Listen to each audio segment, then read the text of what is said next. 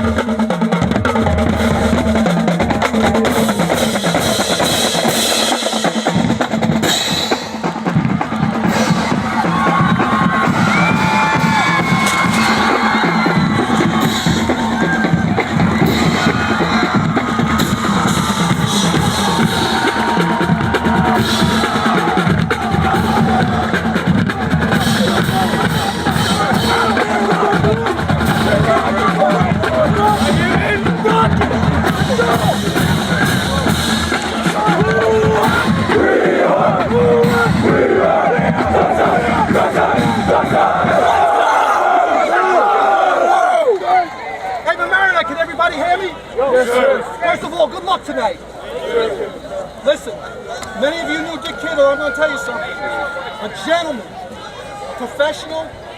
He's helped so many kids from before you guys were born. Helped me. Was very kind to my children. Okay, I love that man. He was a great man. You have my deepest sympathy. Okay, everybody. Good luck tonight.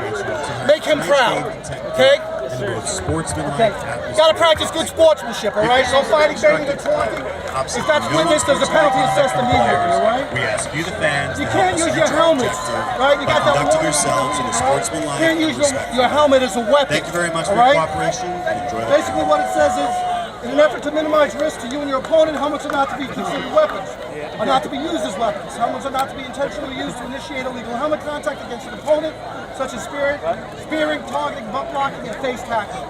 What that means is keep your head up, right? And don't use this as a weapon. We're cool? We got it? Sure. Good luck tonight, all right? Thank you, guys. Let's go. Let's go, boys. Line it up. Line it up.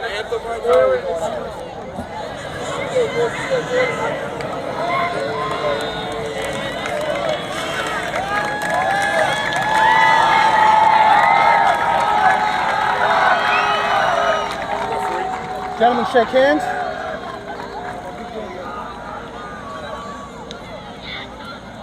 Gentlemen, this is Mr. Nugent. He's the umpire. The game clock is official. All right, just remind your sidelines. All right, that's official. There's no 4-minute warning. Okay? You guys were told the same thing. I'll just reiterate, right? Got to practice good sportsmanship, all right? No fighting, anything like that. If one of the officials or myself comes to you and says, tell a ball player to cut something out, you'll probably save a penalty, all right? Here to play football, guys, and have a great game, all right? Same thing, have a great game, all right? Take a look. Heads, tails, tails, heads. Speaking captain, you're going to call it, all right? Go ahead, tell him. It's a heads. The Mamaroneck needs one to torch. You kick, defend, receive, defer. You want to receive. Right? You guys, which goal you want to defend? You're gonna kick. You want to defend this way and kick this way? Cut around this way. That's fine.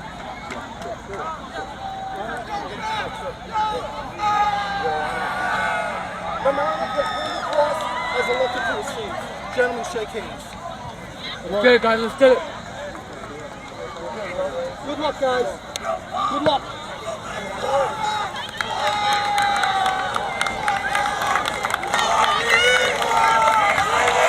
Ladies and gentlemen, we make this next announcement with a heavy heart.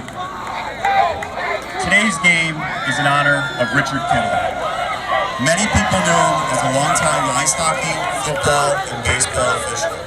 He passed away this week. Dick was a memorable man with a huge heart. He loved all things about high school sports, especially American high school sports. Dick was a true friend of Mamaroneck high school students, teachers, and coaches. He will always have a special place in our hearts. On behalf also of the Football Officials Association on the field and all members of Westchester County football officials, they would like to express their deepest sympathies to the family of Dick Kittle. His professionalism, kindness, and generosity was always appreciated. He will be missed. Please pause for a brief moment of silence for our friend Dick Kittle.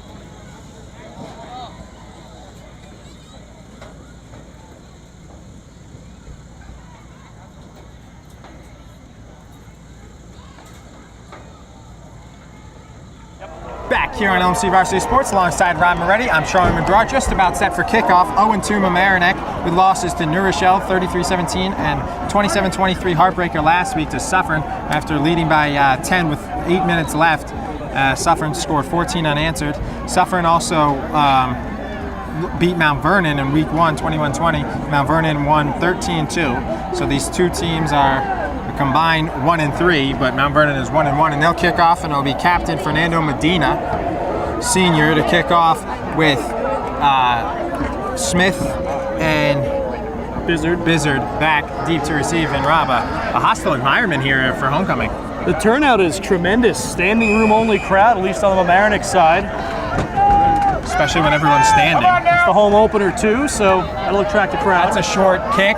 It'll be fielded by Smith, and Smith will take it to the 10, to 40, midfield. He gets to the Mount Vernon's 40. He cuts the corner, and he'll get all the way down to the 25-yard line. What a return! The short kick on Mount Vernon comes back to haunt him as he took it at his own 30 and made it to the other team's 30. That's a great pickup by Smith. He read the blockers perfectly, found the hole, exploded toward the sideline, and Charlie, a play that looked a lot like last week's play of the week for Rhinebeck. Opening kickoff when Pedro Cueto took it to the house. One of 5 touchdowns he got, he could have got 6 if the ref didn't get in his way on an incompletion. I'm sure he'll take the 5 though. Basically, it was a short kick. You feel that maybe the 25 or the 30, and then he took off and for a 40-yard return. And first pass by Dylan is intercepted right to Andre Dyer. So the good return is for nothing, Rob. Well, at least Mount Vernon has poor field position to start off here, but yeah, you pick up all that momentum on the opening kick and you throw it right away. So the junior quarterback from Mamaroneck, Tommy Dillon, second-year starter, not the way you want to start off at home in your second year. So after the 45-yard return by Shane Smith, first pass in shotgun from Dillon is he misread the wide receiver's route and he threw it right to Andre Dyer, and it doesn't get any easier than that for Dyer. Yeah, they returned it about 4 or 5 yards, and now Mount Vernon will start on their own 25.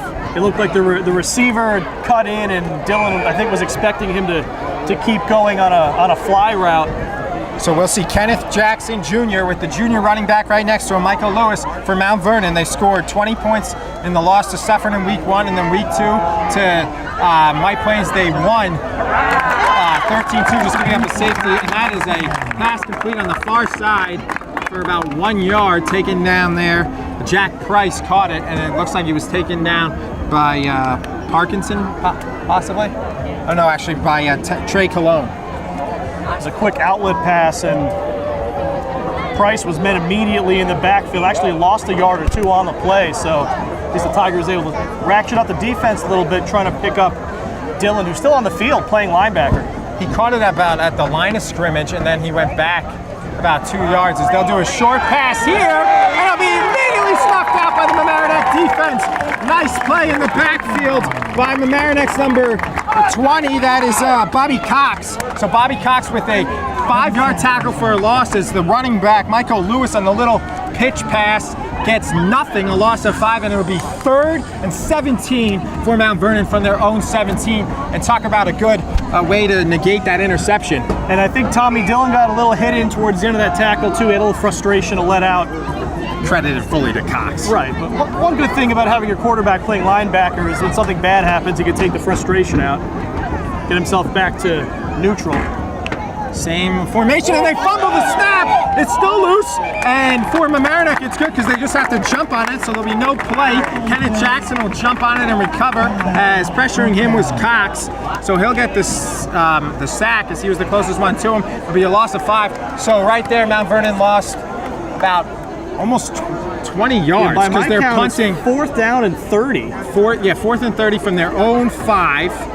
They'll be punting halfway in the end zone. And the line of scrimmage was the 25, so they lost about 21 yards, so 4th and 30, 31. And each play lost more than the next. The first play lost 2 yards, the next one was about 6, and that play was about 12.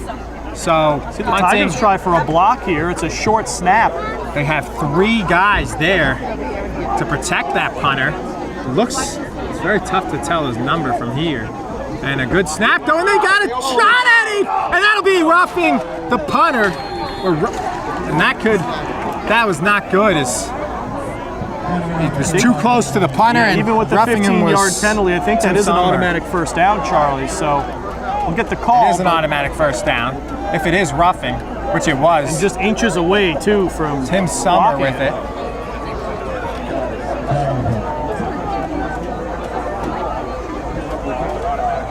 We're 2.5 minutes in. How about these momentum shifts? Waiting for someone to take charge in this game. Yeah, so it was roughing, it was automatic first down. So you gotta have self-control, Rob. I mean, you had a shot at blocking the punt there, and he got to it, but he got it off, and then he basically hit him. It was too late. So in the end, it's a 15-yard penalty, automatic first down, but the ball spotted That's the big part. At the 20. So it was the 5 to the 20. The line of scrimmage actually moves back from the line of scrimmage on the previous set of downs. But Mount Vernon, they get a second shot here. 4th and 30 from their own 5, 15 yards, so it's 1st and 10 from their own. Yeah, automatic. That's just bad news. Crazy first 2 minutes and 40 seconds. Big penalties, big return, interception, and now another play for a loss is getting back to the line of scrimmage was Michael Lewis. It'll be 2nd and 10 from their own 20. Actually, 2nd and 11. Lost a yard. Tigers defense has done everything right so far. The only thing that hasn't gone their way, well, A, the interception, and that was on offense, and B, the penalty, which is really on the special teams. So much for getting the ball first. You had that great return, which was good, as they elected to receive it after winning the toss. Right. Well, the ball still went on this half of the field the whole time, which is still advantageous, obviously more so when you have possession of it. So 8:35. It's because of all the losses of play, Mount Vernon, the clock has run on every play. As this one is a pass, screen pass, and soft out immediately by Summer and several players. Summer, Bruce, and several players as it goes as a short pass from Kenneth Jackson to look like number 8, Rob? Deshaun Morgan?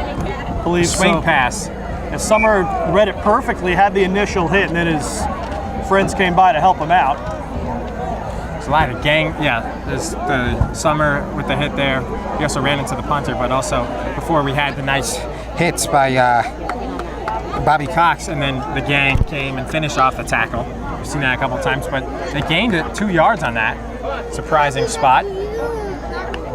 As the quarterback, Kenneth Jackson, gets it, and he'll hand it off. It looked like a holding. They declined it, so they have to punt. Keeper by Jackson, 5 yards, but it's a holding on the offense. They should decline it, and they should. Coach Vitti usually. They're talking it over with Michael Flato, the captain, on the field to get his decision. Well, Rob, what else is there? I mean, they declined it. They have to decline it. That does bring up 4th down, so also not a big punt block scenario here like it was last time, so you can imagine the message from the Tigers coaches since that last punt has been, you know, maybe not running the kicker this time. Definitely don't.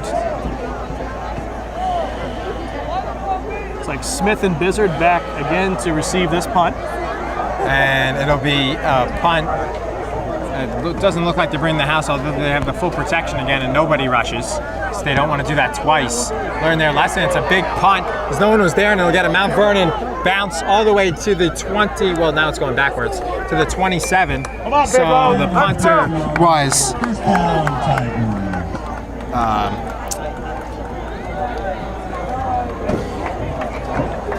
the punter's punt of about 45 yards after the roll. Right, it was a good play by Bizzard too. It was over his head. He initially broke to chase it down, but made the smart choice. If he touches that ball, it's live. And yeah, it wobbled out of there, so it might have been a tough catch for him. And the last thing you want to do is fumble it. So we'll see what the Tigers' offense. It'll be their second play from scrimmage. First one was intercepted. Dylan will hand it off here, and it'll be tackled in the backfield by Selvin Forbes with the tackle, and with the run was Michael Flato. So first run from Mamaroneck, goes for no gain, but keep the ball at least, no interception. It's already uphill. Already in a better spot than you were. Although now they push them back a yard. 2nd and 11 from your own 26 for the Tigers. Neither team with a first down yet. Biggest play of the game was a kick return that was negated by the interception the play after. 45-yard by Shane Smith on the opening play. And now Dylan will pass for the second time. First time was an interception. That pass is nowhere near the intended receiver in Tanner Conlon. As he kind of hesitated, and Dylan thought it was just a straight pass, and Conlon's hesitation cost them. They weren't on the same page again. Seems to be a little miscommunication between Dylan and his receivers, and you know, the bottom line is it's week 3. Week 1, you can put up with that a little bit more, but you know, these guys know they have to get their act together a little bit better here. It is week 1 at Mamaroneck. It's their first home game. It is their 3rd game, and they all count. They put up some points against some quality teams, 17 against Neuro. So whatever it is, the issue here, they've got to get themselves on the same page. A 33-17 loss to Neuro. And Dylan has it on a throwing down, and he will throw it. He has a man, and it's caught by Tanner Conlon. And Mount Vernon can't believe it. Caught it, got out, and then dropped it. Good call by the official. And Dwyer, who had the interception, can't believe the call. But it's a first down for Tanner Conlon on our first completion of the day for Mamaroneck. Mount Vernon's had a couple short passes. Right, and the key there, the reason why that's not a fumble is the ground can't cause a fumble. So as soon as he establishes possession, completes the catch, goes to the ground, when he hits the ground, the ball comes out, it's still a completed catch, and he's down. 15-yard reception, offsides on Mount Vernon. It'll be a 5-yard penalty. It'll be 1st and 5 from the Mamaroneck 46. So that's the first completion for Dylan, 15-yard completion. It was a good play by Conlon, though, on that play to get it, and then that was definitely the right call as it fell out after. Mount Vernon wants to talk about it over with their defense, give them a break. 5:58 to go, first quarter. 0-0 here on homecoming night at Mamaroneck High School on LMC Varsity Sports. Back here on LMC Varsity Sports alongside Rob Moretti, I'm Sean McGruff. 5:58 to go in the first quarter after a turnover by Mamaroneck and then a penalty. Mamaroneck is driving now and going out of bounds. Possible late hit, but nothing called, is Tim Summer with a run of 15 yards, and Mamaroneck will have 1st and 10 from the Mount Vernon 40. First time they've been in this territory since the first play of the game where they threw an interception. First play from scrimmage. And Mamaroneck, now they're picking up a little bit of momentum. They had a couple of nice runs. They had that nice completion from Dylan to Conlon. So moving the ball here, picking up a little confidence. We'll see if they can finish off the drive. And this one is run by Shane Smith. And he'll go for about 8-9 yards, and it'll be a 2nd down and 2 for the Tigers from the Mount Vernon 32. So Mamaroneck looking to score here in the first quarter. So they're let out by their center, Johnny Zhu. Shotgun formation. Dylan has it, hands it off to Smith. Smith will get the first down, and that's about it, about 3 or 4 yards. Tackled by Dylan Evans and Ty Wayne Johnson, and it'll be 1st and 10 from the Mount Vernon 28-yard line. And nothing too fancy here, just straight power football, hand it off, trust your line. So far, the running game has been quite strong for the Tigers. You don't want to throw another interception in this territory. That's always true, but you're also less likely to throw an interception if you throw some run plays in there and don't let them sit on a pass. They've thrown since the interception. I mean, right, they threw the second and third plays. This is a flip to Smith. A bit of a delay. Smith gets it, and positive yardage of about 7 yards. And Mamaroneck's got a drive working here as he was brought down by Wander Castro. So it'll be 2nd and 3 from the Mount Vernon 21. Dylan brings out the team again. Now Summer next to him. Tim Summer. Tommy Dylan, just a junior. Hands off to Summer, and he will get the first down. And they'll mark him down at the 16. So move those chains once again. And we got a little drive cooking here, Rob. And Tim Summer is a guy that, when you look at him, he doesn't look like a very massive kid, but he's got long arms and legs. He generates really good push, despite not being the heftiest guy on the field. He's their power back. I mean, compared to Smith and the we just seen. Oh, and Flaydon. He's like the power back. He's like the Thunder in the Thunder and Lightning. Was the Giants had the Earth, Dane. Wind, and Fire? Right, Earth, Wind, and Fire. Dane. Who was that? Dane. No, that was Thunder and Lightning. Dane and Tiki Barber.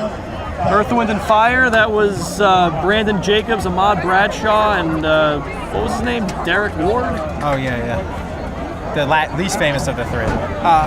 When we get back, it'll be 1st and 10 Mamaroneck on the Mount Vernon 17 for the Tigers as they're driving, looking to score the first touchdown of this game. Here on LMC Varsity Sports. Back here on LMC Varsity Sports, 1st and 10.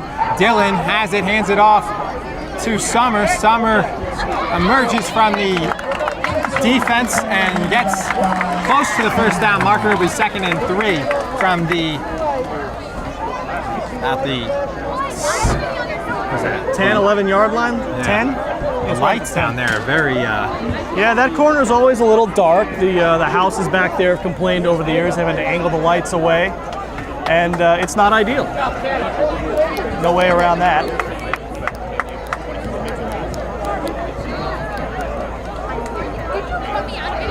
Dylan will get the shotgun snaps, 2nd and 4 from the 11 of Mount Vernon.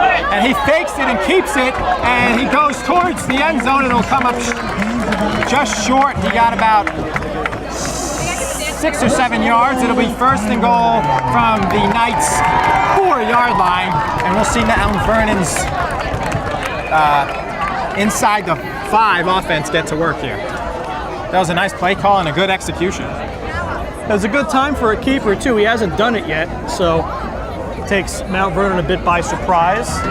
And now you can just hand it off to the power back. You'll leave a few yards to go first down. No reason to get too cute. So that's how they'll line up. Behind him, Summer gets towards the goal line, and it's a touchdown! Tim Summer! 4-yard touchdown run, and Mount Vernon strikes first, 6-0. As they look to add the extra point. So the Tigers strike first, and they'll take a 6-0 lead. And it'll be new roster addition, Max Bone kicking. Jefferson Reyes isn't on the sidelines. Yeah, I haven't seen him. I don't know if think they just added Bone to the roster. Yeah, Bone wasn't on the roster that was provided to us. Or the roster but in the homecoming here he program. is. Probably So has been on Bone the team. will kick it, and it'll be good. So his first extra point is good for Max Bone, 7-0 Tigers. And we'll be right back on LMC Varsity Sports. Back here on LMC Varsity Sports alongside Rob Moretti. I'm Troy McGraw as the special teams getting ready. And the kick by the kickoff specialist, Jefferson Reyes, is dropped and then picked up by Michael Lewis, and he'll return it about 10, 11 yards. So good kickoff by Reyes. Actually, that's Kevin Santos. Kevin Santos is the kicker. Yeah, that's if our roster is correct. That's what was given to us. We also have programs that were given out, but No peanuts, but we got programs. Yep, that's Kevin Santos, if our information's correct.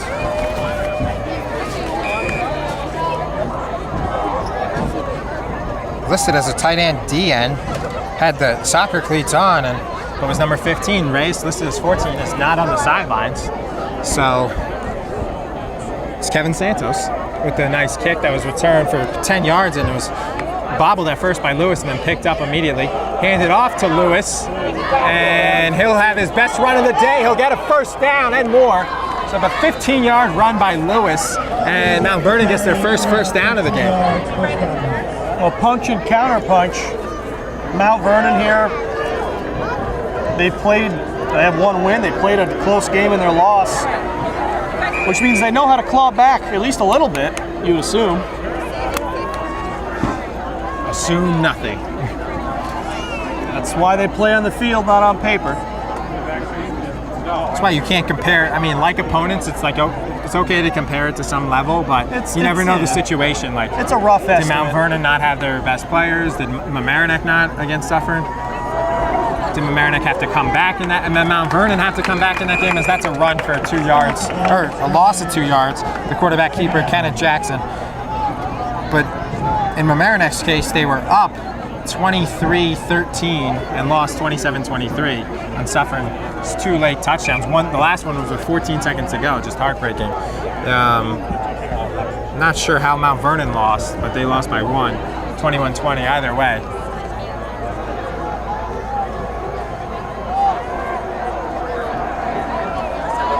So it'll be 2nd and 11 from their own 30, and it'll be no gain on the run. Maybe a loss of 1 for Michael Lewis. So next, or second to last play of this first quarter. Tigers defenders have been quick to the ball, getting into the backfield, a lot of tackles for losses. Coach Vitti has to be happy with the way his defense has been performing so far.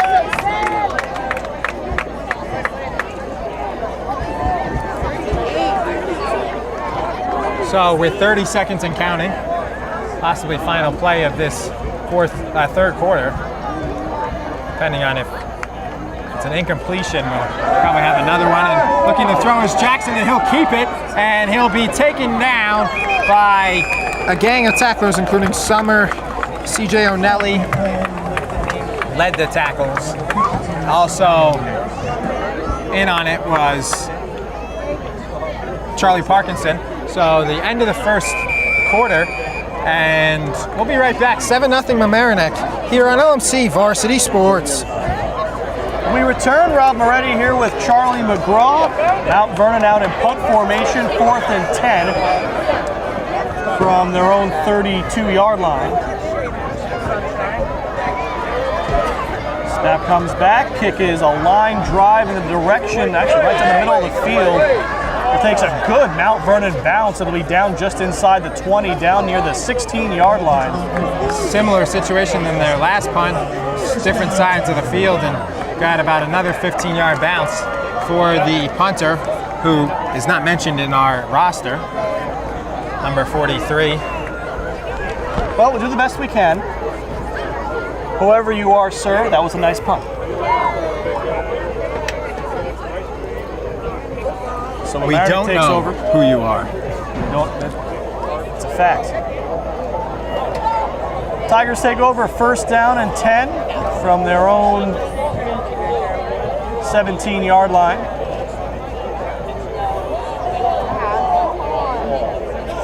Already leading 7-0, looking for more, and they have to get the ball into play. And Shap fires one in there. Good to see him back on the sidelines, even though he told us he wasn't going to coach any football this year. But well, there he is. Can't keep him away. Yeah, can't keep the tiger man, in its the cage. myth, the legend. You can't keep the tiger in its cage, right? What are you saying?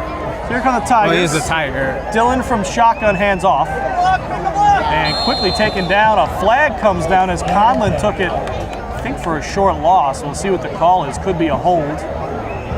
And it is a hold on Mamaroneck.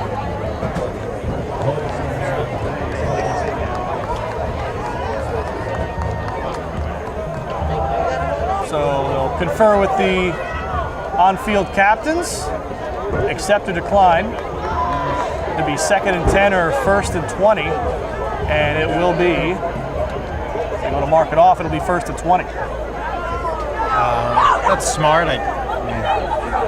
Yeah, because now It backs them way up inside the 10. That's smart because you back them inside the 10, and one little sack might be a safety or could be it's tough to get at first. You're basically making them get it. So Dylan, flanked by Smith, he'll go back to pass. He unloads. Smith picks up the short pass and brings it up the field back past the original line of scrimmage. So it'll be 2nd down and 7. It'll be about second and 6. You're right, 2nd and 6. Nice 14-yard pickup on the little screen pass there to Smith. That worked out. After the penalty, made it 1st and 20.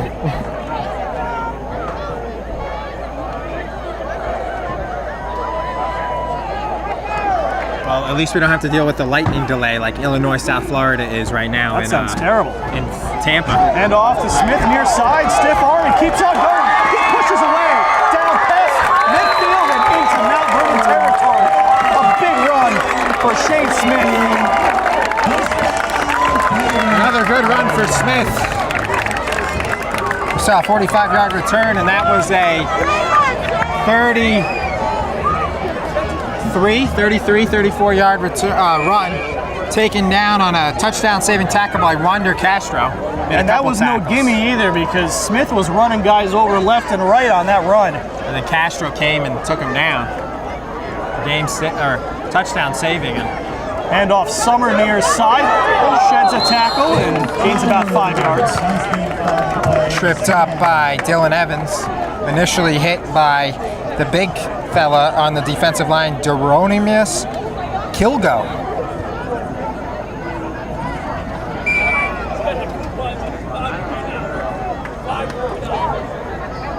So 2nd down and 7 officially. Don't know if Summer got the best spot on that run, but that's what it is. He did get tripped up around there and then fell forward, so maybe where the knee was. Either way, it's just a yard or 2. Bobble snap, Dylan keeps, and maybe gets a yard on forward progress.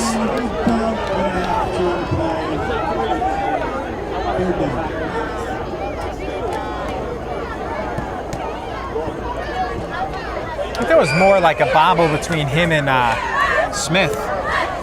It was bobbled regardless, and he had to think on his feet.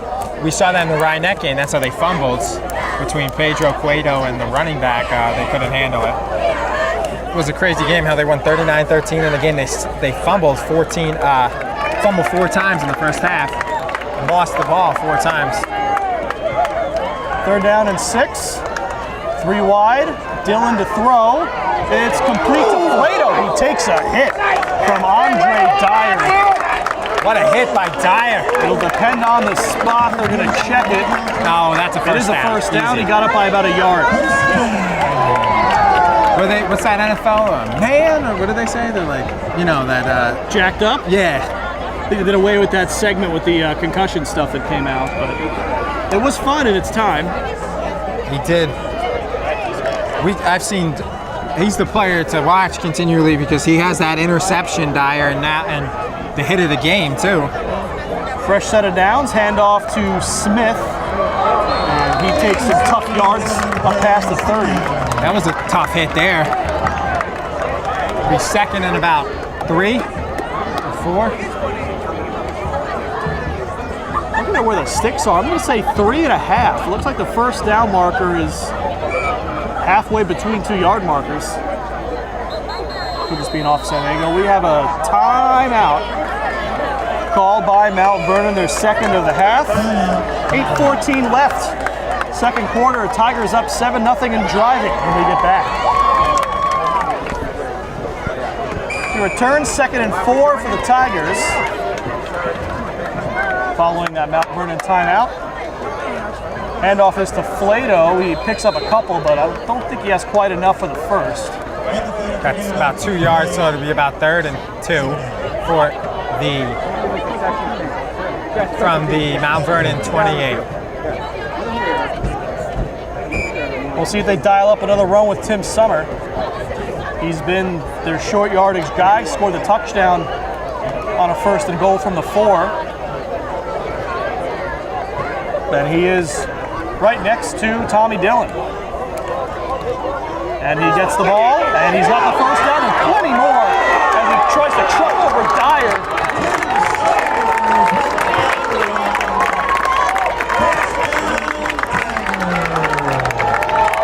Big run for Summer. Couldn't see where he went. Our angle got cut off, but looks like he's down to the 16-yard line. It was a good run by Summer and good call by Rob. Makes me feel like we'd see that Tony Romo reel from his first game as a color man.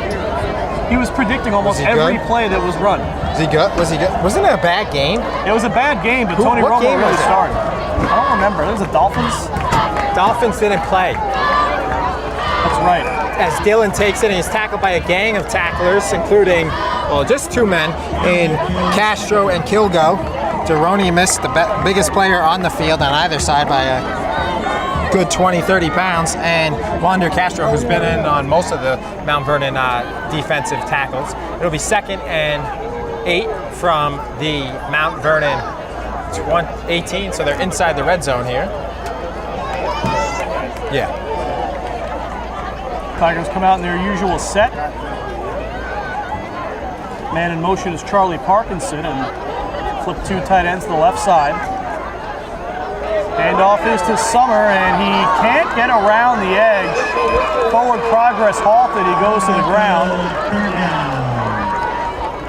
Thought the official was maybe going to throw a flag because he blew it dead, and then another guy came in and pushed it, but he just threw the thing for the spot. A little black marker. So it'll be about a 4 or 5 yard loss. So it'll be 3rd and 15. This biggest challenge Mount Vernon, Mamaroneck has faced on 3rd down in this game. Albeit there's 6 minutes to go in the first half. And they're probably in 4-down territory here as they're well inside Mount Vernon's territory. Well, if they get it to the 12 or something. Depend on the result of this play. And 4th and 7. 3 wide to the right. But definitely a passing one, and they Dillon will pass. Unloads and an interception! It's Dyer again. Kid is unbelievable on defense. He had that great hit on the drive. Now he has 2 interceptions, and that one was as pretty as they come diving. That was beautiful. That was beautiful interception, Andre Dyer. If I'm Dillon, I don't throw within 5 yards of him when they get the ball again. You got to take it away from him, like Revis in his prime. Intended target was Will Bruce, and he tried to make his own diving effort for it, but Andre Dyer, my goodness. That was unreal. That was that was pretty sick. So 1st and 10, Mount Vernon from their own 5. So Tigers have been stopping them tackles for losses. So Mount Vernon has to be aware of that and run some quick plays. The only thing good about this is if he had thrown an incompletion there, and they would have went for it on about 4th and 15, and they threw another incompletion, Mount Vernon would get it on the 20. Now they get it on their own 5. Jackson hands it off, and it won't be a safety as Lewis brings it up. Gain of about 7 or 8 on the play. Michael Lewis with a big run. 2nd and 3. 2nd and, 2 or 3 maybe? Yeah, 3. We'll call it 3. I think it might be 2, but we'll call it 3. We can call it 2. 2.5. We see Dylan on the sideline here. It's a little, it's him and Coach Vitti are talking. Well, he needs a break. He's been playing both sides of the ball. Well, he's getting it now. Another handoff to Lewis. And he dances. It's close to the first down. It'll depend on the spot. And they're giving him the first. So they stop the clock to move the chains. 5:03 left in the first half. Mamaroneck scored 1 in the first. They were driving here in the second, but the second interception thrown by Tommy Dillon ended that drive. Now Mount Vernon with plenty of time, trying to drive their way down and tie this game back up. And if you're Mount Vernon, you want to just run some plays where you get some first downs and you're methodical here, trailing 7-0. You will get the ball to start the second half, but you don't want to give Mamaroneck a chance. Lewis, Michael Lewis, he is absolutely gone. A track meet breaks out of Mamaroneck High School. Touchdown Knights, and they'll have the extra point coming up. Looks like there's a flag on the play, and it might be against Mount Vernon, the way the line is looking, and it is against Mount Vernon. So the officials fooled Rob, legal block in the back, and you can tell by the reaction from Devontae Noreen, a holding against Mount Vernon. Looks like it might be against Mezzi Roswell, and that's a break for Mamaroneck. In a second, it was turned into the Met Mile here. Well, we learned something on that play. Michael Lewis, you don't want to get him in open space. He went basically untouched, but all for nothing. As it was a flag that was not very visible. It was in the middle there. It was on the ground. I saw it after the fact. Right, my eyes were on the guy streaking down the field, but you'll have to excuse me for that. Boy, they plugged this concession stand a lot, huh? Well, there's a lot of smoke billowing from there, so, it's pretty obvious. Take that for what it might mean. If you like it charbroiled, then have at it.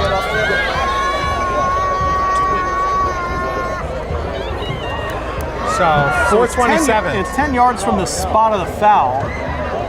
So it looked like it occurred. So it's basically back to the line of scrimmage. It's 1st and 10 if from the the sticks 27. are correct. From the 17. Yeah, it's better than it being 7-6 with the extra point pending. Oh, I'm sure Mamaroneck will take that any day of the week, generally on Friday evenings. But we got a rare one next week, Saturday. With the Jewish holiday coming up, so they can't play Friday.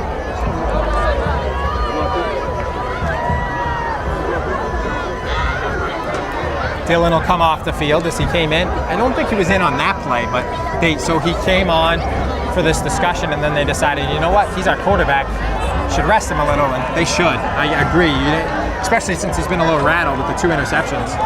He's only had 2 completions. 2 completions. He had 1 completion to not Smith. There was definitely the one to Conlon. Yeah, Conlon. There was a and then there's another one. Smith. Yeah.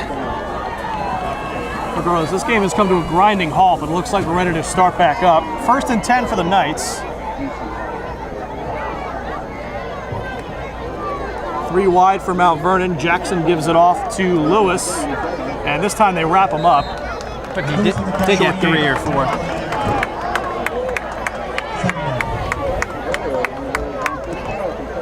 That's very frustrating, though, for Mount Vernon on that play, that run. It looks like you tied the game, and then that flag appears out of thin air, basically. Like almost a magic act. It was hard to see it. We didn't see it. And by their reaction, they didn't see it. The linemen saw it basically after the fact. I'm sure we showed you a replay angle if we had one. It's all based on Kevin Duarte. The running man, but Hopefully nobody texted him or called him at that moment. 2nd down and 6. I think that was a keeper for Jackson. I think so. A 3rd and short. 3rd and 1, 3rd and inches. Looks like a solid 1.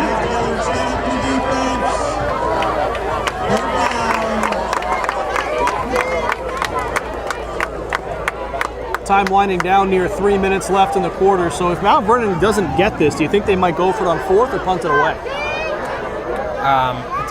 If it's like 4th and inches, this is about 3rd and 1. They'd rather not have to think about that, but they're not going to get it. And they'll lose a yard or two, so I think they'll punt. They have to, because you don't want to give them. Well, the clock will be down in the low What's with that twos. spot?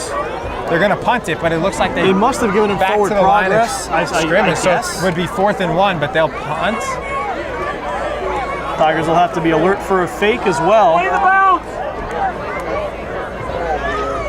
Bizzard and Smith both back to return. Bizzard's been returning kicks a couple years now. He's a senior. He's been returning since I think he was a sophomore. Them and Smith, they're just at the 50, but the way it bounces, you got to go a little further back. These kicks have had some distance to bouncy, and that's a bouncing snap, but nobody was really going because they don't want the fence. Another good one.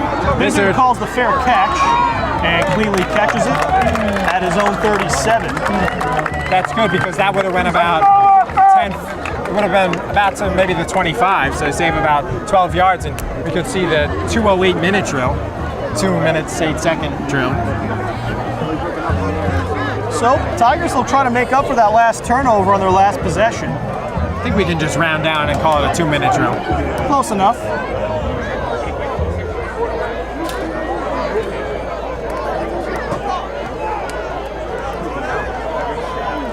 Another time,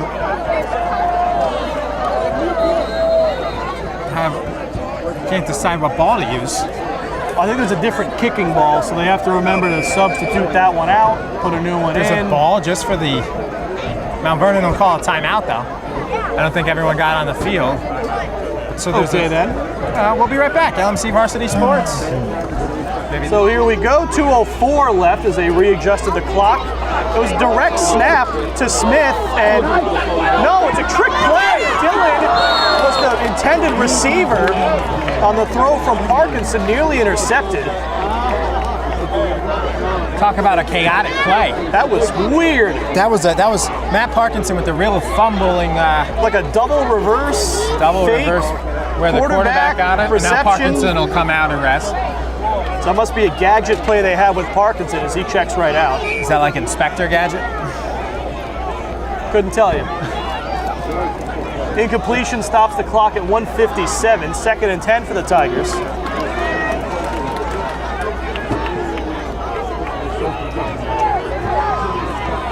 Smith and Flato with Dylan.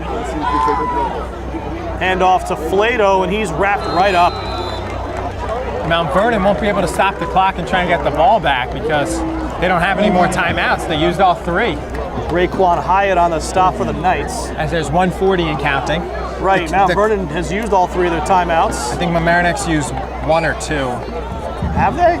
They used at least 1. They definitely used 1.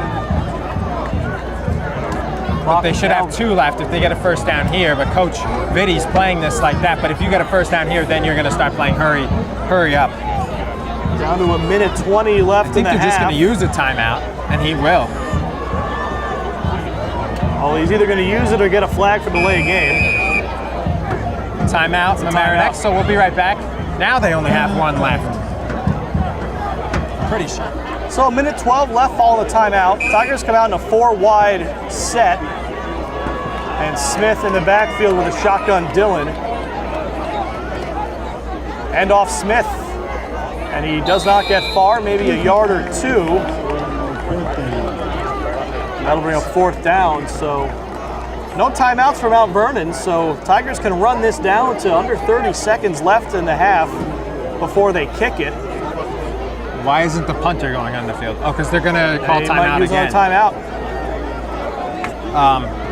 We haven't seen them punt at all because which Right. is weird because it's 7-0. Usually you'd have more points if you haven't punted. Right, but Because they turned it over twice. right, on 2 interceptions. turnovers and a touchdown, and then their 4th drive. Well, the first drive let was the 1 clock play tick and the down under interception. 30 seconds. After the big return, it was only lasted 1 play that first drive. So this is either their second or final timeout. Rob insists it's their second. I think they took one and it's their final. Probably the last one they'll need. 28 seconds left, and they will huddle up during the timeout. We'll be right back. Punt time when we get back. So we return for the punt. It's Shane Smith back to punt. Andre Dyer, who has been dynamic, back along with Michael Lewis to return. Clean snap. Kick is away. Nice kick. It takes a bounce. It's a slight Mount Vernon hop, but down by the Tigers. At the Mount Vernon 32, 20 seconds left in the half. The Knights will take over. Someone said let it roll, but it was going backwards. But if you let it roll, you took a couple seconds. But it could have rolled all the way to the 40 if you did that. So I wouldn't be surprised. I don't know. Maybe they'll run it. They have no timeouts. That's the only problem. Right, with no timeouts, it's the question is, do you want to throw it up or do you want to just take the knee? And Mount Vernon does get the second half kickoff, so Either way, they're in shotgun right now. you can't take a knee out of shotgun, can you? No, you know- can't. I know Remember, it was almost penalized. Well, you can't- Remember, you can't- didn't Neuro try to do that? No, or they something? tried to spike it. it. Yeah, you definitely can't do. I guess the knee you could because you give yourself up. Regardless, it's a handoff to Lewis. He comes near side and gets some space. Michael Flato with the saving tackle along with CJ O'Nelly. They could run one more play because they'll stop the clock, so they got to set up and they will run the If play. they hurry up or hurry should up and spike it. They can either spike it or Hurry just up, they're call looking a for play. the play, just spike Looks it. like they're lined up. They'll line up. Chains for aren't even 12 set and counting, yet, and so they'll switch now- a player. yeah, now it'll run. And running out will be the lineman Medina. So this will be the Four-wide last set, play of 5 the half. seconds. 5 seconds. Back to pass, Jackson. Jackson will be sacked. Charlie Parkinson. And that'll do it. And Seth is on the field. So that takes us to halftime. That one touchdown by the Tigers on the run by Tim Summer. The only score of the game to this point. At the half, Tigers 7, Mount Vernon Knights nothing. Second half coverage coming up next on LMC Varsity Sports. Back for the second half. Kevin Santos getting set to kick it off.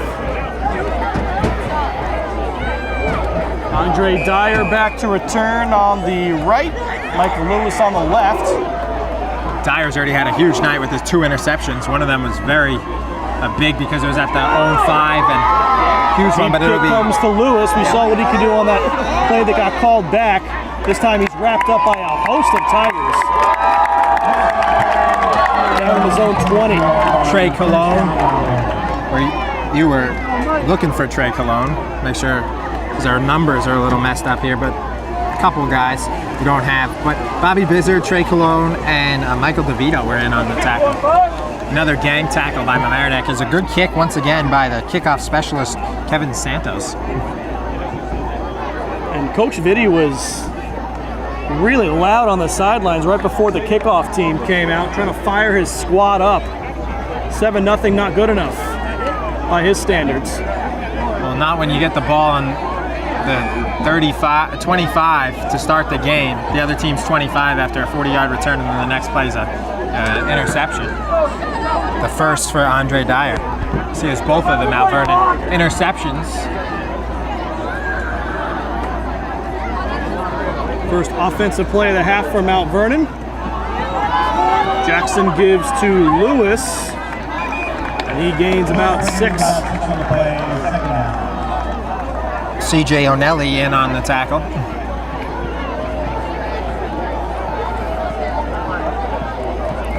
This has been a slow-paced, methodical game on both sides of the ball, Rob. Yeah, the only real big play was the one that got called back for the holding, And the return.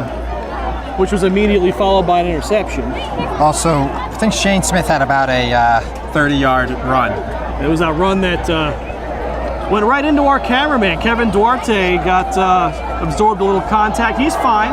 And then the next fine. play was an interception. Right. But he was able to get both, right? Lewis tackled down, no gain. Defense has been very good for Mamaroneck. Now, if there's any complaints about the way this defense has performed tonight, Mount Vernon has, I think, 1 or 2 first downs. Third down and 3 here. Come out in a tighter set than used to seeing. It's a 3 wide set. Give to Lewis. He's wrapped up. Tackle for a loss.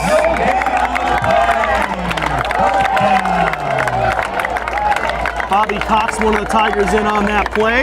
Aiden French as well. So we'll see the punter once again for Mount Vernon, the mystery punter. He never got his number. He's had a couple good punts though. Saw him during warm-ups. He had showing off a nice boot. He's brought that into the game. Shane Smith, the only man back to return. And the officials back there. Well, he shouldn't be returning the football. Looking for the block, they can't get it. Almost Takes there. a bounce, and Bizzard will just let it go. It takes Not a good decision. tremendous Knights roll, and we'll be down, right down by the 10-yard line, maybe the 9. It's about a 60, 65-yard punt with a 30-yard roll. Bizzard should have took it at the 35. It was, I mean, he didn't want to fumble it, but he could have just fair caught it at the 30. It would have saved 20 yards. Well, once it takes a bounce, you can't fair catch it, but he should have just fallen down on it. Would have saved a lot of 20, yards. 25 yards.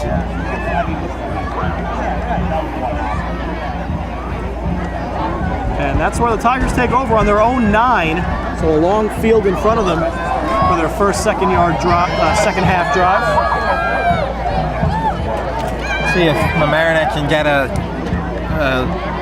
drive going here so they can get more of a comfortable lead, because 7-0 is anything but comfortable. Just a 1-score game. Look at the direct snap. Smith. He's got a first down. And they will move the chain, so that'll be a first down. As the far official points. And now the chain gang moves. They're still recovering from their halftime hot dogs.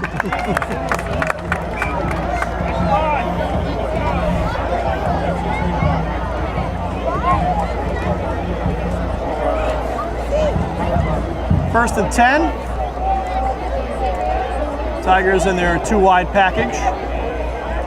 And off again to Smith. He comes near side. Flag comes in. Short gain on the play. We haven't had a ton of penalties in this one, maybe a couple, 3 or 4. They've been big penalties, though. One on a punt that gave Mount Vernon a first down, and the holding call that negated the Mount Vernon touchdown. So they've been few, but they've been significant.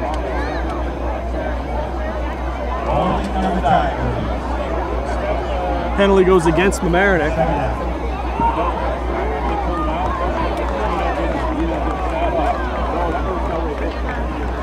Holding against Mamaroneck. I think, yeah, hand signal might have been for a face mask or something of the sort. Hands to the face. Either way, it's 1st and 16 from their own 13. Basically where they started the drive from, of about 4 yards ahead of it. But Four wide receivers set. Dillon to pass. He rolls out. He gives up on it. interesting play call there, because you're back against your end zone basically. I mean, you're within 10 yards of it, right before it. I would say 1st and 20 and stuff, you should run to get a couple of yards to get away from it. Instead they pass and nobody was open. At least they haven't been throwing the way of Andre Dyer though, because with the 2 interceptions, I mean, they haven't really. Right. They were supposed to throw a pass there, but nobody was open. Stay off of Dyer Island out there. Yeah. Revis Island, Dyer Island. Tigers come out with 3 wide this time, 2nd and long. Dillon to pass again, unloads it in time, nearly intercepted By the big guy. Hieronymus Kilgo. Almost, if he could have got the mitts on it. It would have killed Mamaroneck. It would have been a pick 6 for the defensive lineman. Not something you see every day. Maybe would have got a nice touchdown celebration. That probably would have been his first and only touchdown. That brings up 3rd down and long. Either way, it was a big play. 3rd down and 19. Kilgo is by far the biggest player on the field. It's another 4 wide receiver set.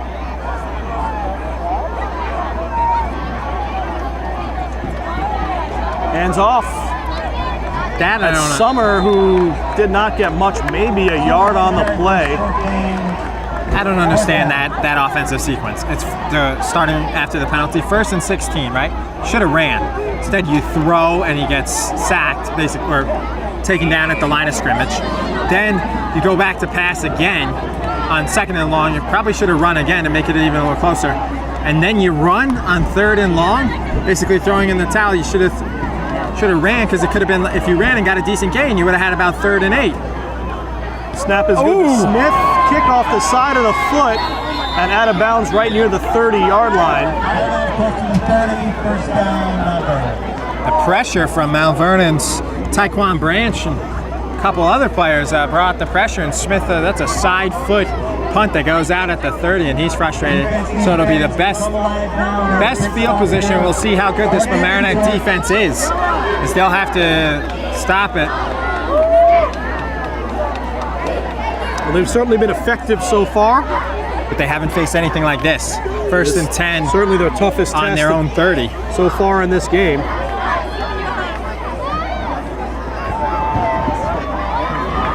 We thought this would be a tight game, and it has been.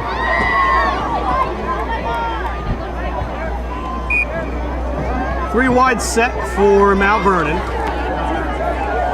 Lewis in the backfield with the quarterback, Jackson.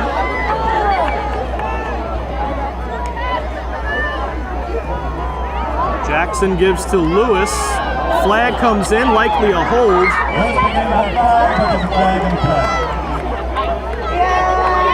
So we'll wait for the signal from the man in the white hat, holding on Mount Vernon.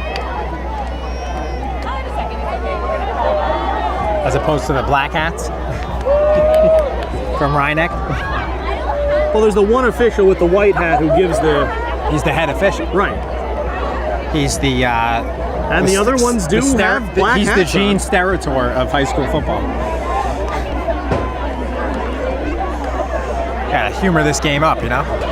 Who's the guy that has all the muscles? Is he still a reffing? I think that's Steratore, right? No, there's the other guy. He's really jacked. Yeah, I know who you mean. That's what he's known as, the jacked official. The jacked official. Forgot his name, I don't know why. I thought it was Steratore. That's not Steratore. Who's Steratore? Is the guy who does college basketball. He's a lawyer. Oh, I know who you mean. So 1st and very long. Jackson rolls way back to pass, has to avoid a tackler, and trips up. I'll go in the books as a sack, 2 yards behind the line of scrimmage. Ed Hockley? That's the one. He's got 6 children. Oh, I thought you were going to say he has a 6-pack. No. I don't know what you're looking up on your phone there. No, Charlie. he's a lawyer. Ed Hockley's a lawyer. Ed Hockley's a lawyer. A lot of the refs are lawyers. Well, I have been educated today. And he was born on Christmas, 1950. Wow. I knew he was a special kind of guy. 1950? And he played college football for UTEP. He's 66. He does not look 66.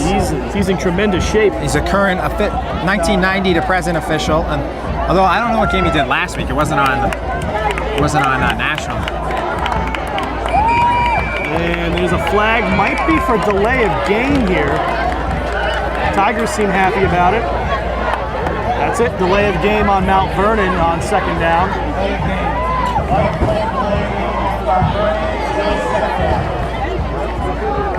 Not a lot of pace in today's game, Charlie. A lot of stops and starts and long pauses. Yeah, that's contributed to this game being very, let's call it methodical. Almost could put some people to sleep. you brought a baby to this game, you needed it to go to bed, well, it could. Because this game has been very slow. And another looks like it might be a timeout. Timeout Mount Vernon. Their first in the half. That adds to the methodical bore of it. But when we get back, it'll be 5:50 to go in this game where this half is not much going on here at LMC Varsity Sports. So we return for the Mount Vernon timeout. 2nd down and 30 after that penalty. Handoff to Lewis. Still on his feet, but forward progress halted. Look at Coach, the assistant coach there, really yelling at the defense. So that's the first timeout of the second half taken by Mount Vernon. We'll track it this time. Taken. One timeout taken, second half. And a countless number of yawns by Rob. Just not a whole lot happening these last couple minutes. This is a good job by the defense. They started on the 30 following the shank punt by Smith. Now it's 3rd and 25 from the Mamaroneck 45. The punter's punts isn't really like meant for something here.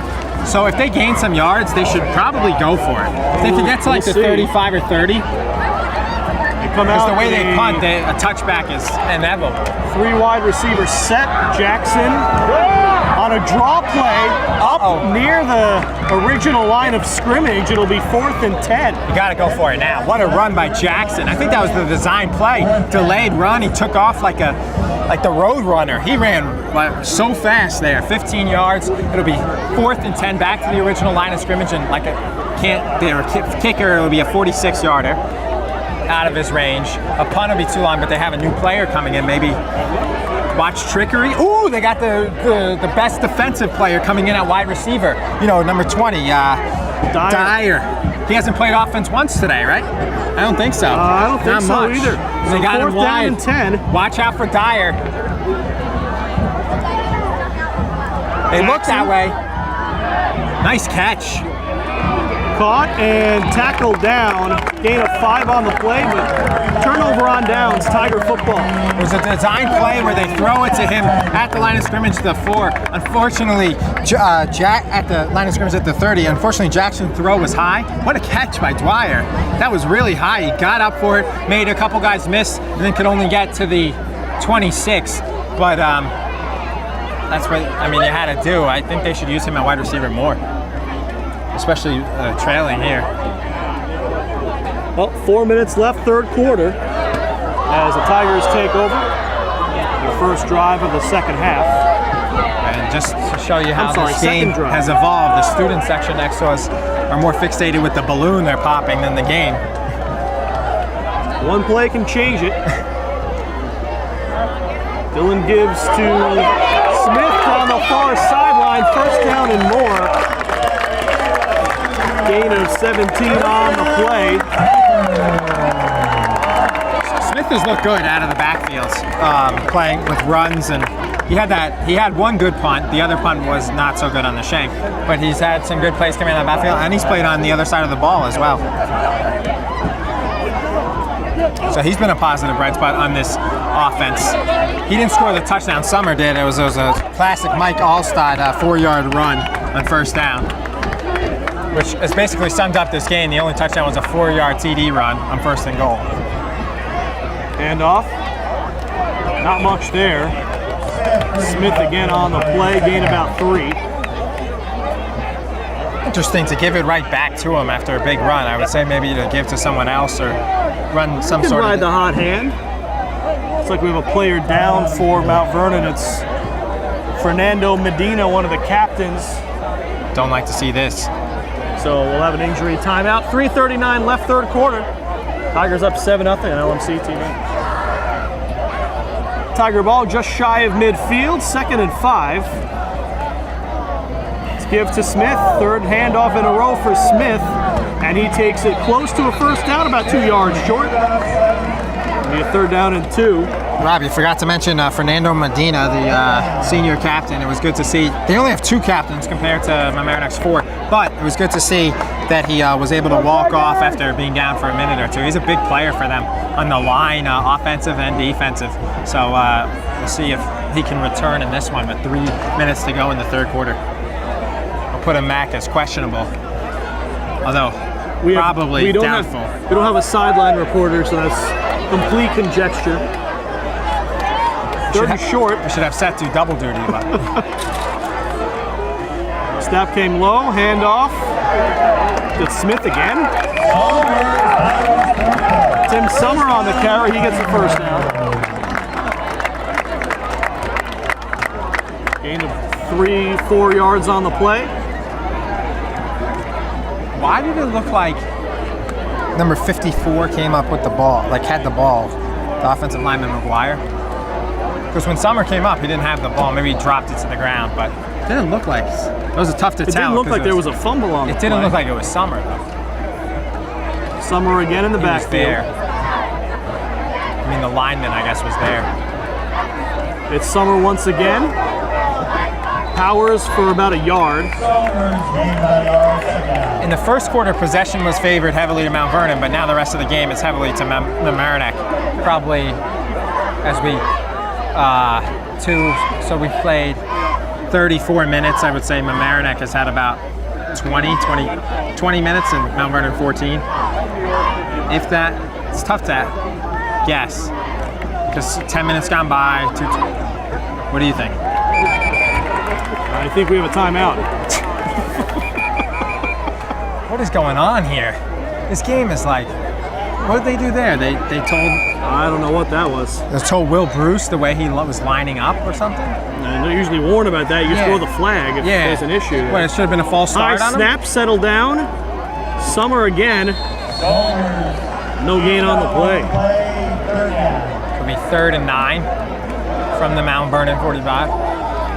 The winner of this game, it doesn't matter how the game has looked. If they get the win, that's all that matters because this one has been ugly. You've yawned like 4 times this half already. Well, way to blow up my spot. Sorry. 3rd and 9 here. 3 wide set.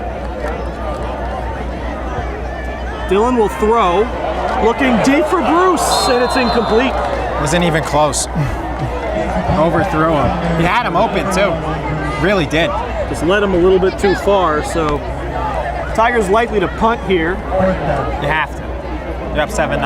And Smith is lining up deep, so it will be another punt.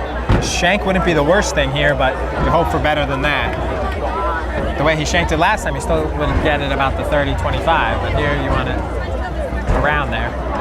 Yeah, just a little bit too far away for 4-down territory, especially with a lead. It's too long. It's 4th and 9. Tigers move their line to the other side. Look out for trickery. Smith is going to run. Did I call that or what? Will he get it? No. He will not. I don't like that. It's easy to say after he doesn't get it, but that was too much of a delay. Too much of a delay. When you see three members of the line move to the other side of the field, it kind of telegraphs something a little bit. But yeah, Mount Vernon, they always had the 3 line, but Mamaroneck usually didn't have like 2 guys. They usually only had 1 or 2 blocking. Yeah, Mount Vernon had 3 the whole time. So they heavily stacked the right side of the line, and then Smith went that way. The element of surprise was gone by that point. It would have been surprising if he punted it. When he caught the ball, I was about 50-50 in my head. Go defense! Let's go defense! So Mount Vernon takes over, and not bad field He position. gained like 3 or 4 yards. So On their own 42. it was 4th and 9. He made about 4 or 5. He needed 9. He got 4 or 5, if that. Kenneth Jackson takes the shotgun snap and fires it, and it's dropped, and that's a forward pass, no fumble. He was looking for Andre Dyer. They said they should keep Dreyer in, and they did on that play. It's a little, what was that? That was a bullet pass from like the Dyer Denver, just couldn't handle it. from the Denver Rockies right there.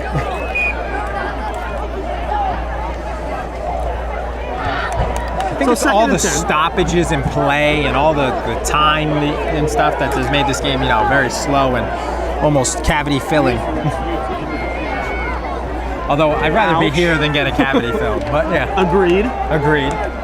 Wholeheartedly. Hand off to Lewis. They grab his jersey. He's tackled immediately. Which is legal. Right, you can grab the jersey as long as you're not trying to block the guy whose jersey you're grabbing. It's fine for a tackle. As long as you try not what?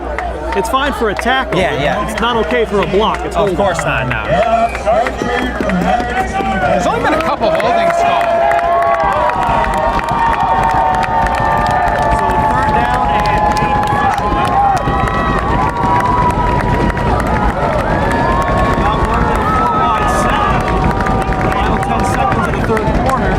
Jackson back to throw down the field over everybody's head. He had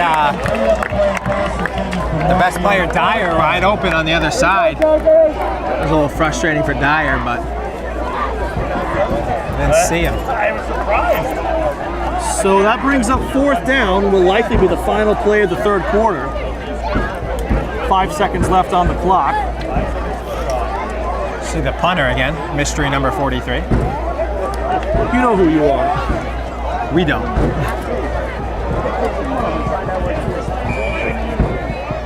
Bizzard alone to return. Back at his own 25-yard line, he sets up shop. What a crowd here. Big. Tremendous. Standing room only. Fences are lined.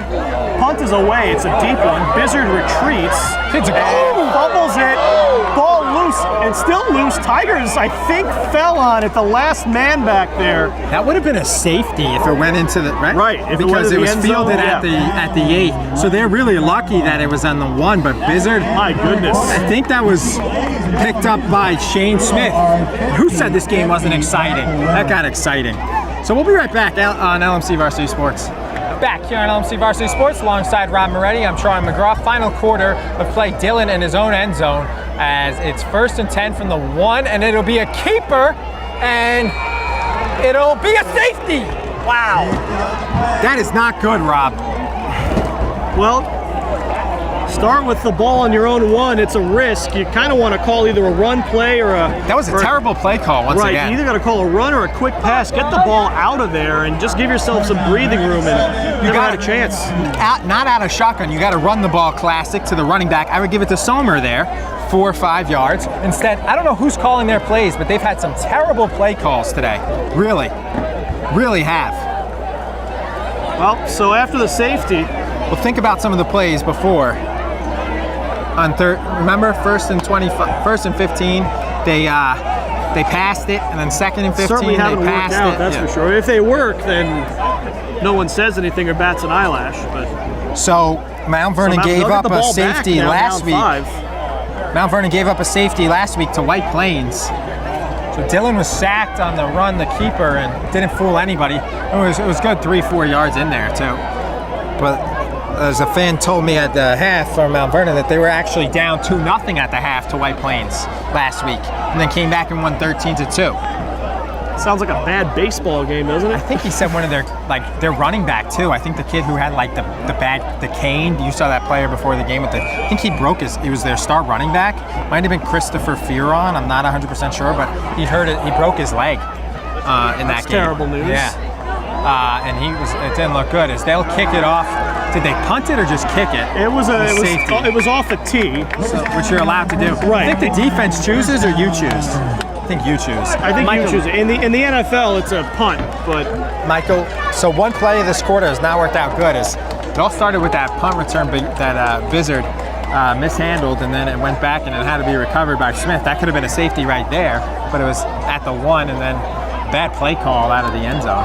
But I mean, by that same token, after Bizzard fumbles that punt, you'd rather take the safety than give up a touchdown because that ball was up for grabs. It looked like it was him and a Mount Vernon player who was on the punt team fighting for it, and then out of nowhere Smith just pulled it out and got it. So that was huge. So the safety's not great, but it's better than a touchdown. They could have tied it, of course. But so it'll be a sweep here for Mount Vernon, and first run of the game for Deshaun Morgan, and he'll almost get a first down. So the Mount Vernon sideline likes that, and they score a touchdown here, they'll take the lead. Second down.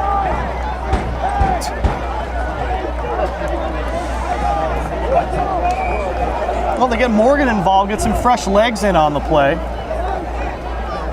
pays off, the gain of 8. Mount Vernon's got to be fired up now, a chance to take a lead in this game after trailing throughout. Tommy Dillon was sacked for a safety following the muff of the punt by Vizard, who took it about the 12 and it rolled back all the way, as that's a first down for Michael Lewis. So he fumbled it at his own about 12 and it went all the way back towards the 1 where Shane Smith wrestled it away from the Mount Vernon defender. And it'll be 1st and 10 for Mount Vernon on the Mamaroneck 44. We've seen Mamaroneck's defense stop. Mount Vernon got it. 1st and 10 on the 30, and they were able to stop them. Now, after the punt by Shane Smith off of the side of his legs, they're able to push him back and stop him. They only got to the 26 after they went for it on 4th down, but we'll see if they can have another stand here. 1st and 10 from the 43, and a huge part as there's 11 minutes to go. What was that? That was some miscommunication there. Looks like Lewis set a pick and interfered with Jackson trying to throw. He thought he was taking a handoff. And he threw it towards Dyer, and there's just an incomplete pass, so 2nd and 10. Coaching staff can't like that, but it's good that it happened for them on 1st down and not like a 3rd down or 4th down. Even a 2nd down would have been worse. So 2nd and 10 from the 43 of Mamaroneck. 10:56 to go, 7-2. And what is just no side has gotten a clear advantage throughout in this one. Mamaroneck had been up 7-0, and he just got the safety and a good run by Michael Lewis. Mount Vernon's got to know the run to Lewis is one of the main plays. It's either that or a swing pass. But Lewis keeps getting yards, as it'll be 3rd and 5 from the 38 of Mount Mamaroneck, and this is territory where if they don't get it here, if it's incomplete pass, they'll go for it probably. 4th down territory. Oh, absolutely. You don't want to get an opportunity like this and then just give it away. So with that in mind, that might influence how you call a 3rd down play. You don't need to get it all in one chunk. A little in motion there, but enough was Andre Dyer. And they'll pass here, and it'll be high and wide on the left far sideline, intended for Jack Price. And they'll get the 4th and 5. Coach Biddy here.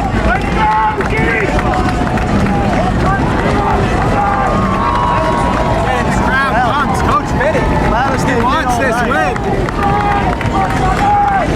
You don't see the head coach get the hands up much. Unless you're calling the defense in basketball or something. Huge play. Crowd rattling the seats.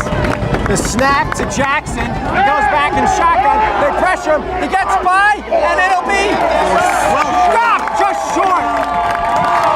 Good defensive stand once again from Mamaroneck. In on the tackle was Trey Cologne and Connor Sundman. So Mamaroneck will take over 1st and 10 on their own 35, as they were 2 yards short on the run. It looked like a pass. Nobody was open. Jackson went for the 1st down and was 2 yards short. It'll be 1st down Mamaroneck. Once again, the defense, the MVP for the Tigers. Absolutely, and Jackson there, you're right, he saw nothing and tried that delayed draw again. It worked really well last time, but this time the Tigers were all over it. He got 3.5, 4 yards, but he needed 5 or 6. The key was that that incomplete pass on 3rd down, as this will be handed to Shane Smith. It'll be for 6 or 7 yards, 2nd and 3, 2nd and 4. But that 3rd and 5, that pass, it looked like they didn't even give it a chance, as Jackson just flung it out there. If they ran a run and they got a couple yards, it would have been 4th and 2, 4th and 3. Possibly that's where the stop could have been made as well, Rob. Right. Well, here for the Tigers, no reason to do anything except run the football, I think. We got the lead. They've got 9.5 minutes to kill.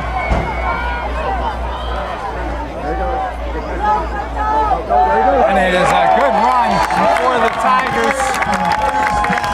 Shane Smith gets 10, 11 yards. It'll be 1st and 10 from the Mount Vernon 49 with 9:15 and counting after they set the chains down.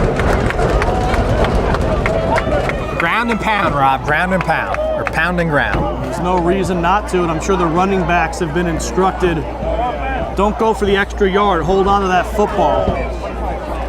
Just like the punt defense team was instructed after the run into the punter, you know, not to charge anymore, and they didn't really charge. Once they did, but they didn't even get within 3 yards of the punter. As they learned from that penalty, that actually, Mount Vernon had the ball about 5-6 minutes, and that's a big run by Smith. The first down, 13 yards. But because of those turnovers, Mount Vernon started the game for about 6 minutes with the ball. Because of the penalty, because they got the interception to start the game, the first play from scrimmage by Andre Dyer on the INT, and then the penalty on the punt. So they had it for about 5-6 minutes, but the defense was able to stop them. So 1st and 10 from Mamaroneck. Only touchdown of the game by the Tigers. 4-yard TD run, Tim Summer, and then a game sack had the negative 4-yard safety for Mount Vernon, as there's a lot of guys. Hand it off to Summer. Summer busts through a couple defenders, and it'll be 2nd and 4. 6-yard pickup by Summer, and stays in bounds, and the clock will continue to run as they'll get the call into the co-captain Flato. Co-captains Michael Flato, Tommy Dillon, Aiden French, who's just a junior, and Souch, who's a junior. So 2 juniors, 2 senior captains. That's Dillon and Flato, the quarterback, running back, captains. Dillon's a junior. Excuse me, 3 junior. Flato's 3 the only junior senior captains. who came out for the coin toss. 3 junior, what? Yeah, Flato was the only senior that came out for the coin toss. As there was no captains listed. Low snap picked up by Dillon. Handed off to Summer. Summer busts through. And fumbles it at the end. It looks like he was down. And the official, late call by the official says he was down. And you got to come earlier, sir, as that was an obvious call. Well, he did blow the whistle. We couldn't just hear was it a little so well. slow to get He was a little slow to get there, but he did blow the whistle immediately. Summer was down, and Summer looked like he was home free, but a touchdown-saving tackle started by the star player Andre Dyer, along with Jack Price and Raquan Hyatt. Tigers' run game is really feeling it on this drive. He was both parts of his body were down. You just need the one down, but yeah, you know, you just need the one knee down. Instead, they had both. As the clock in motion, and we'll have delay a game.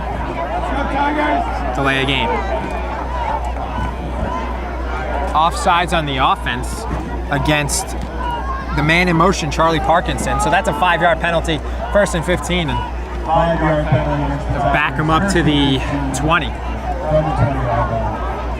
Spot is the place to get the ball to is the 5. 1st and 15. Might have been illegal motion on that play. I'm not sure. That said offside the way he motioned. I know because when he came across the line of scrimmage, maybe he stepped across. Because he was in motion. Right, but the man in motion has to be off the line of scrimmage. So I mean, when he came across to get to it, that's what the ref signaled. He might have lined up on the line and then went in motion. Well, that would be. He went like this for offsides. So it'll be run by Summer, and he'll be tackled by a gang of Mount Vernon players. I think he probably gave the wrong signal. Perhaps. Wouldn't be the first time. Regardless, it's a 5-yard penalty. And then get back to the line of scrimmage, so you lose a down basically because it's 2nd and 10. Right. Instead of being 1st and 10, 1st and 15, now 2nd and 10, which is all right for Mamaroneck. The key thing is you stayed in bounds. Clock continues to run, 6:35. You could score a touchdown and only give them about 5 minutes. Down to 6:30 now and still driving. Could get a 1st and goal again like you did last time. Is the line, the spot is the 5, and it'll be handed off for a rare carry for, actually not a rare carry, I thought that was Parkinson, that's Shane Smith, another carry for him. So he's gotten the bulk of the load, especially on this drive. Him and Summer, I would say he's gotten about 20 carries. Summer's got about 6 or 7, and somebody else got a couple. What's his name? Who's the other guy? Flato? Flato got like 2 carries, just about. So it'll be 3rd and 4 from the 9-yard line. If they don't get it, it'll be interesting to see what they do. a chip. I mean, be right on the spot. Shane Smith. He might be a hair short. Yeah, it is. It'll be about 4th and 1, 4th and inches. Well, that's sending out the field goal. It looks like it. It's 4th and inches. You could go for it, but if you get the 3 points, you get a 9-point lead. 8-point lead, excuse me. Yeah, they're calling them back off. No, they're not. No, They'll kick it. So this will be about. It's pretty much an extra 25. point. Yeah, Slightly 23. harder than an extra point. 23-yarder. He needs the points just to make it a 2-point game. The crowd wanted to go for it, and the kick by Bone is just through. He's going a little left, but it got through easy. 23-yard. 23-yard field goal for Max Bone, and it is a 10-2 lead. So the board only gave him credit for 9, and now they switched to 10. So we'll be right back on LMC Varsity Sports. Back here on LMC Varsity Sports. It'll be kicked off by the kickoff specialist, Kevin Santos, and it'll be returned, and running into a wall was Michael Lewis. So if Mount Vernon can tie it up, can get a score here, they'll need to tie it up with a 2-point conversion. It's 10-2 on the field goal. 4th and inches was tempting. I mean, Dylan could have probably snuck it. The more I think about it, I do agree, because if you go 4th and inches and don't get it and give up a touchdown, you lose. And you look bad. You now don't want if they too hard. The worst that can happen is they tie and go to overtime if Mount Vernon scores on this drive. Right, and then you make them get the 2 too. Right, they'd have to convert a 2-point just to tie the game. The thing is too, Patriots made it look easy in the Super Bowl last year, though. Okay, yeah, but the thing is, I know they did what, 3 times, at least twice. Well, yeah, Tom Brady, you know, he's not human, but although he looked very human in their first game, the season. No, but also I haven't seen them take a snap in a regular formation, too. So like they might not have that to run the QB sneak, and you don't want to run 4th and inches play out of shotgun. You would also look as they'll pass it, and it's just high with the intended receiver Jamel Fleming. So he was open, and a good throw would have had him, but Jackson airmailed it. So to be 2nd and 10, we see Jackson his passes, because he's had more like that he's had to throw this half. In the first half, he was throwing more screens and swings, which are easier to complete, but he's a little erratic with his arm in this half. They need him to hit some big passes here. Final 5 minutes of the game. We don't have the Foxwoods Final 5. We don't. We have no corporate sponsors, and we are not Madison Square Garden Network. We have the... As a airing it out, Jackson looking for a wide receiver. It's intercepted by Mamaroneck! And an interception by the Tigers. Tanner Conlon. Huge interception by Conlon. It's not over yet as there's 4:37 and Mount Vernon has 2 timeouts remaining. But Conlon with a huge pick on that play. The biggest pass of the game by Jackson. Definitely aired it out, and Colin was step for step with his man. And the pass just a hair underthrown, so that gives Conlon the advantage. A little wobbly too, so a nice play by Conlon. He's able to settle and just smart, well, although he got tackled right away, so just go down. You don't want to risk a fumble or... I think Conlon, after he caught the pass, he was the one, where the ball came out, but it went out of bounds. So this one was smartly be handed out by Smith, and as Rob said before, we should just see runs here. It'll be 2nd run the and ball, 7. protect the ball, carry with 2 hands, and the biggest thing here from Mamaroneck, don't fumble the football. A timeout will be taken by the Knights. It'll be 2nd and 6 as they got a positive spot of 4 yards. So Mount Vernon will have the Mamaroneck will have 2nd and 6 when we come back on LMC Varsity Sports. Back here on LMC Varsity Sports alongside Rob Moretti, I'm Charlie McGraw, and it'll be a no gain for Shane Smith. And it looks like Mount Vernon will save their last timeout for... Well, they might give him a yard? Wow, that's a positive spot. 3rd and 5. 3rd and 5, 4 minutes left. You don't have to use that last timeout yet. If they get the stop on 3rd, maybe you think about it. Last half, they could have got the ball back if they had saved their timeouts. This half, they could have, if they had saved, they used a timeout. If they could have saved one, they I mean, you want to say the timeouts, but at the end of the day, you got to make a stop. If you don't make the stop, the timeouts are meaningless because Mamaroneck can just keep running the ball. You know what, Rob? I don't think they called timeout before. Wasn't that the 4-minute warning? Because remember how they have the 4-minute warning? Coach Vitti doesn't like what he sees, and he'll use his first timeout.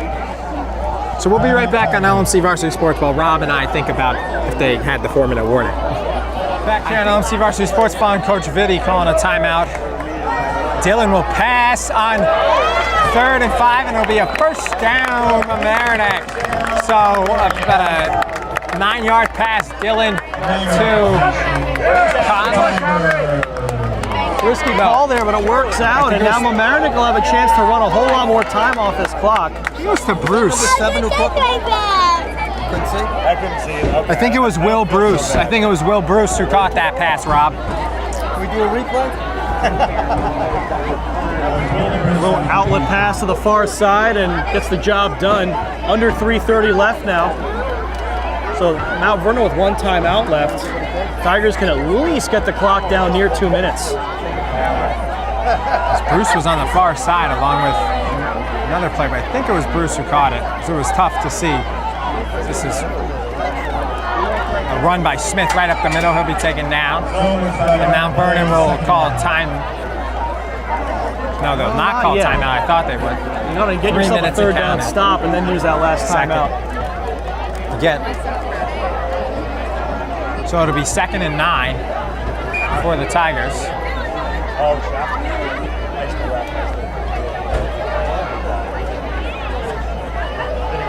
No reason not to just run the ball here if you're Mamaroneck.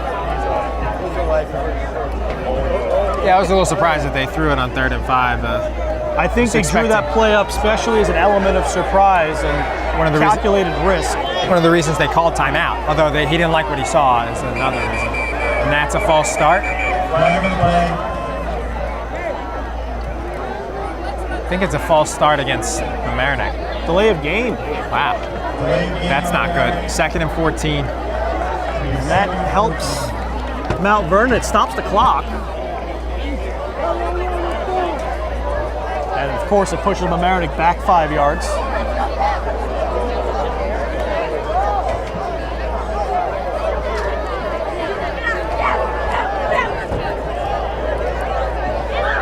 So they'll have 2nd and 14 from their own 30, but the clock continues to run.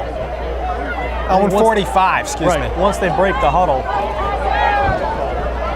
Hand it off to Smith, and he'll wisely just cut it towards the middle and get 6 yards. Actually, Tim Summer, excuse me, 5-6 yards. As originally he was going to cut it towards the sidelines, but you don't want to risk going out of bounds. And now they'll call timeout, 3rd and 9. It'll be interesting to see. If they don't get it here, you got to punt. Absolutely. Even if it's 4th and inches. But we'll be right back on LMC Varsity Sports. Back here on LMC Varsity Sports alongside Rob Moretti. I'm Sean McGraw. It'll be handed. It'll be a keeper by Tommy Dalen, 5-6 yards. So it'll be 4th and 3 from the other team's 6. The other team's Mount Vernon's 44. You've got a punt here, but Mamaroneck can get the clock down near 1:15 at least. And use your second timeout. Well, it looks like they're just going to punt it. They're not going to wait. Although Coach Dylan's Vitti still on the field. He's going to call timeout. Standing next to the official. He did it during the first half. Why would he? The punt team is out there. I think Dylan's hanging out near the sideline so he can call timeout and not get a penalty for too many men in the huddle. He's just waiting for a decision. Clock down near a minute.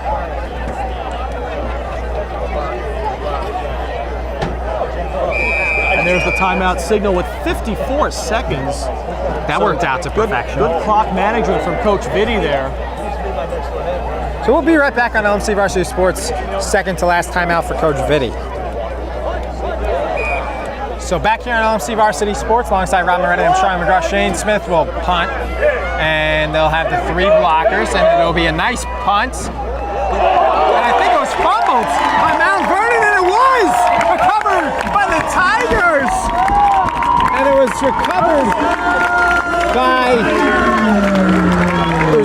by Sam Giroux.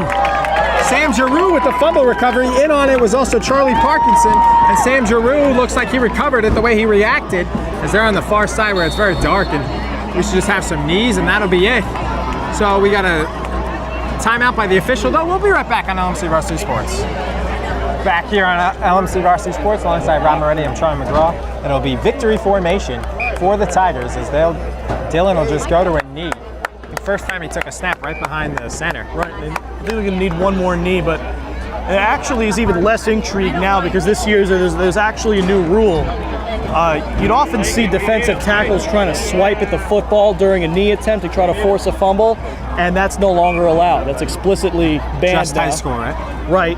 That's a new rule change. And Rob, you said the returner, I think it was Lewis, he's returned all the plays. He called for a fair catch.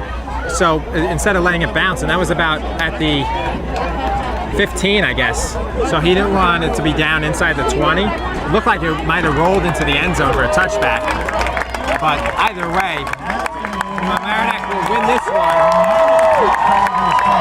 As they get the fumble recovery on the special teams play, Sam Giroux. Charlie Parkinson was there. So first win for the Tigers, 10-2. The Tigers win this one. Rob, any thoughts before we wrap it up? Well, I'm sure we'll ask Coach Vinny, and he'll tell us, hey, a win is a win. It wasn't pretty. There are some things they need to work on, but at the end of the day, Mamaroneck scores bigger than Mount Vernon's score, and they'll take it. So a 7-0 at the half, and then it was a safety to make it 7-2 in the fourth, and then the field goal insurance by the new kicker, Max Bowen, from 23 yards. One that Rob said was the first kick he's ever seen on LMC Varsity Sports, like besides extra points. Although Rob's Twitter mistaken the kick last week. He called it the field goal, even though it was the extra point blocked. But anyway, when we get back on LMC Varsity Sports interviews and post-game analysis. Proudly see inside, proudly stands our alma mater, stands Mamaroneck high, Mamaroneck to be forever, we will loyal be, faithful to our alma mater, hail, hail to thee.